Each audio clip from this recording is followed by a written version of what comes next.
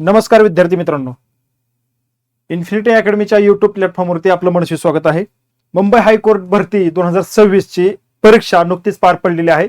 तर आता विद्यार्थी मित्रांनो, शिपाई असेल, हमाल असेल, याकरता शारीरिक चाचणी, शारीरिक क्षमता चाचणी, मुलाखत याच्या काही गोष्टी होणार आहेत. हे कशा पद्धतीने पार पाडतायत आणि तुम्हाला त्या ठिकाणी सामोरं कसं जायचे त्याबाबतचा हा व्हिडिओ आपल्यासमोर मी या ठिकाणी घेऊन आलेलो आहे. ह्याची तयारी तुम्हाला कशी करायची त्याबाबत तुम्हाला काही गोष्टी सांगतो. काळजीपूर्वक हा व्हिडिओ बघा. आणि ज्या विद्यार्थ्यांनी शिपाई पदाचा फॉर्म भरलेला होता, परीक्षा दिलेली होती, अशा विद्यार्थी मित्रांनी या ठिकाणी ज्यांना 20 पेक्षा अधिक मार्क पडतायत, 20-22 पर्यंत पेक्षा अधिक, अशा विद्यार्थ्यांपर्यंत हा व्हिडिओ पाठवा. कारण त्यांना मुलाखतीला सामोरं जायचंय, शारीरिक क्षमता चाचणीला सामोरं जायचंय. म्हणून तुमची निवड फायनल होण्यासाठी, निवड यादीमध्ये नाव येण्यासाठी तुमच्यासाठी हा व्हिडिओ खूप खूप महत्वाचा आहे. बघा विद्यार्थी मित्रांनो, तुम्हाला आता या ठिकाणी काही गोष्टी, तुमची जी काय परीक्षेचा प्रकार होता तो लेखी परीक्षा होती तुमची 30 गुणांची. ही लेखी परीक्षा तुमची या ठिकाणी पार पडलेली आहे. बघा, 30 गुणांची लेखी परीक्षा पार पडलेली आहे.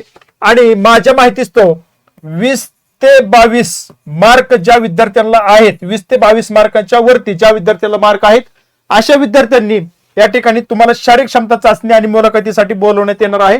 तर तुम्हाला शारीरिक क्षमता चाचणीसाठी 10 गुण आणि मुलाखतीसाठी 10 गुण आहेत.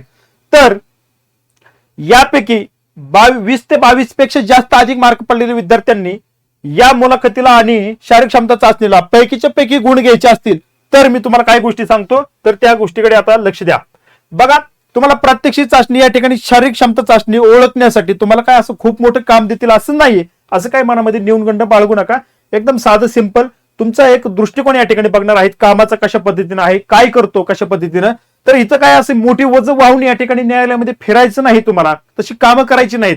नाहीतर तुम्ही म्हणता की बाबा आता इथं काय खोरण पाठी घेऊन जायचं आणि त्या ठिकाणी शारीरिक क्षमता चाचणी दाखवायची, असं काही नाहीये. तर विद्यार्थी मित्रांनो, तुमची शारीरिक सक्रियता कशा पद्धतीने या ठिकाणी काम करते, तुम्ही किती ऍक्टिव्ह आहात, किती चपळ आहात, हे तुम्हाला पाहायचंय.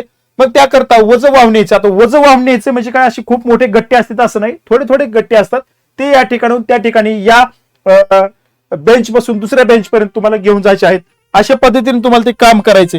तर विद्यार्थी मित्रांनो, तर मग यामध्ये चपळता तुमची कशा पद्धतीने आहे, जिने चढण्याकरता तुम्ही कशा पद्धतीने जाताय, वर खाली करताय, छोटे फर्निचर, टेबल, खुर्च्या तत्परतेने किती हलवताय, की कशा पद्धतीने तुम्ही स्वतःहून या गोष्टी ही चपळता दाखवताय, ह्या गोष्टी तुमचा म्हणजे काम करण्याचा दृष्टिकोन कशा पद्धतीने हे तुमचं चेक केलं जात आहे. त्यानंतर विशेष अहर्तामध्ये तुम्हाला स्वच्छता देखभाल कशा पद्धतीनं आहे, काय करावं लागतं, साहेबांचे टेबल वगैरे कसे त्या ठिकाणी स्वच्छ ठेवायचे आहेत, साफ कपाटे कसे साफ ठेवायचे, की जे डॉक्युमेंट आहेत ते डॉक्युमेंट व्यवस्थित राहिले पाहिजेत, ते व्यवस्थित टिकले पाहिजेत. जास्त दिवस डॉक्युमेंट राहतात त्याचे गट्टे बांधून व्यवस्थित पद्धतीने ठेवले पाहिजे, हे काम त्या ठिकाणी पाहिले जातात. कागदपत्रांची मांडणी तुम्ही कशा पद्धतीने करताय. त्यानंतर तुमचं एक तांत्रिक कौशल्य जे आहे, अर्जात नमूद केल्याप्रमाणे पब्लिक हे असते, प्लंबिंग, वायरिंग, माळीकाम, याच या ठिकाणी थोडंफार या गोष्टी बघितल्या जातात विशेष अर्थामध्ये. तर गडबडून गोंधळून जायचं नाहीये, साधे सिंपलपणे तुम्हाला या ठिकाणी मी या सांगितलेल्या गोष्टी लक्षात ठेवायच्या आहेत. फक्त मनातनं भीती काढून टाकायची आणि या प्रात्यक्षिक चाचणीला सामोरं जायचं आहे. बघा, एकदम टॅपटिपपणा या ठिकाणी कसा असतो, अशा पद्धतीने तुम्हाला या ठिकाणी पुढे सामोरं जायचंय. तर विद्यार्थी मित्रांनो, त्यानंतर तुमची मुलाखत आहे 10 मार्काला. आता या ठिकाणी तुमच्याकडे ज्ञानापेक्षा तुमचा दृष्टिकोन कामाचा कशा पद्धतीने असणार आहे, ही परीक्षा या ठिकाणी मुलाखतीमधून तुमच्याकडून बघितले जाते. तुमचं ज्ञान जे काय असतं ते ज्ञान बघा, काही विद्यार्थी फक्त तोंडपाठ करून ठेवतात, ते तुमच्याकडून चेक करायचं नाहीये. मुलाखत आहे तर तुमचा दृष्टिकोन, प्रामाणिकपणा किती आहे, कामाशी तुम्ही प्रामाणिक किती आहात न सांगता या गोष्टी तुम्ही पुढे घेऊन कशा जातात, ह्या गोष्टी तुमच्या काही विचारावरती अवलंबून असतात. ते विचार कशा पद्धतीने तुमचे आहेत हे मुलाखतीमध्ये तुमच्याकडून चेक करायचं आहे. बघा, कामाचा दृष्टिकोन हा तुमच्या विचारावरती, प्रामाणिकपणावरती अवलंबून असतो, तो त्या मुलाखतीमधून चेक करणार आहेत. मग मुलाखतीचे जे काही टप्पे आहेत कशा पद्धतीने असतात ते या ठिकाणी तुम्हाला बघायचे. अधिकाऱ्यांचे, न्यायाधीशांचे पॅनल या ठिकाणी काय, तुमचे कोण उमेदवारांची मानसिक तयारी कशी आहे, प्रामाणिकपणा किती आहे आणि तुमची काम करण्याची, स्वतःहून काम करण्याची तयारी कशा पद्धतीने आहे, ते तुमचं मुलाखतीमधून अनालिसिस करणार आहेत. तर विद्यार्थी मित्रांनो, तुम्हाला त्या पद्धतीने तुम्हाला त्यांच्यापर्यंत पोहोचायचे, तुमचा वैचारिक दृष्टिकोन या मुलाखतीमधून त्यांना दाखवायचा आहे. बघा, आता त्यानंतर स्वच्छता चाचणीमध्ये तुम्हाला 3 महत्वाचे नियम या ठिकाणी लक्षात ठेवायचे आहेत. यामध्ये सगळ्यात महत्वाचं, तुम्ही काम कशा पद्धतीने करताय, किती टप्प्यामध्ये करताय. समजा तुम्हाला एखादं त्या ठिकाणचा परिसर किंवा ते खोली एखादी या ठिकाणी तुम्हाला साफ करायला सांगितलेले आहेत, तर तुम्ही सर्वात आधी कोणतं काम करणार आहात, म्हणजे तुमची कामाची दिशा कशा पद्धतीने आहे की जेणेकरून तुम्ही काम करत असताना त्यातून पुढचा रिझल्ट चांगला यायला पाहिजे. जर तुम्ही एखादं काम करताय आणि त्याचा परिणाम जर या ठिकाणी दुसऱ्या कामावरती विपरीत होत असेल, दुसरंच काहीतरी खोळंब होत असेल, तर त्याला काही अर्थ नाही. समजा तुम्हाला खोली साफ करायला सांगितली तर तुम्हाला प्रथमतः तुम्हाला काय करायचे, जाळ्या काढायचे आहेत, फॅन पुसायचा आहे, नंतर त्या ठिकाणची जी काही गोष्टी असतील त्या बाजूला ठेवून साफसफाई करायची, नंतर त्या गोष्टी टेबल असेल त्यावरची पुस्तक असतील ते व्यवस्थित टापटीपणे लावायचे. तुम्ही जर ह्याचा अगोदर जर उलट काम केलं,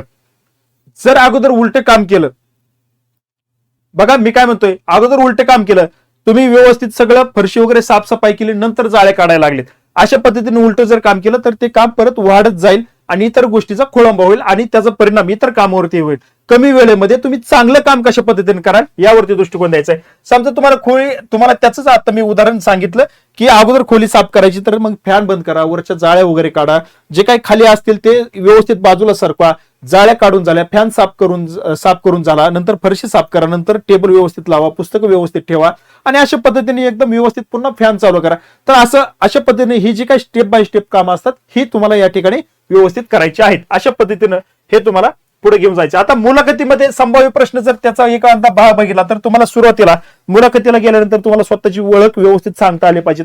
आणि मुलाखत अशी असते बघा, कमी शब्दामध्ये आपल्याला जास्त व्यक्त होता आलं पाहिजे, त्याला मुलाखत म्हणतात. तर कमी शब्दामध्ये तुम्हाला तुमची ओळख या ठिकाणी सांगायची आणि त्यानंतर ते तुम्हाला विचारतील प्रश्न की तुमच्या कामाची तयारी कशी आहे, तुम्ही मानसिकरित्या तयार आहात का, तुमचं एवढं शिक्षण झालेलं आहे तर तुम्ही मग आता या ठिकाणी जॉब करायला कसं काय आलेला आहात, तुम्हाला तुमच्या पदाला साजेशी नोकरी तुम्ही बघायला पाहिजे होती, आता तुम्हाला हे शिपाई पदाची नोकरी तुमच्या पदाला शैक्षणिक दृष्ट्या जर बघितलं तुमचं शिक्षण इतकं मोठं झालेलं आहे आणि तुम्ही आता या ठिकाणी जॉब करणार आहात का. अशा पद्धतीने यावरती तुम्हाला प्रश्नांची उत्तरं त्या अधिकाऱ्यांना पटतील अशी द्यावी लागतील, तेव्हा तुम्हाला कुठेतरी तुमची खरी ओळख त्या ठिकाणी स्पष्टपणे करता येईल की बाबा मला काम करायचं आहे, माझं जे काही प्रथम ध्येय आहे ते पहिल्यांदा प्रामाणिकपणे मला काम करणं आहे आणि नंतर स्टेप बाय स्टेप मला पुढचं पद मिळवायचंय, त्याकरता मी माझ्या कामाशी प्रामाणिक राहून ते काम योग्य ठिकाणी मार्गी लावणार आहे.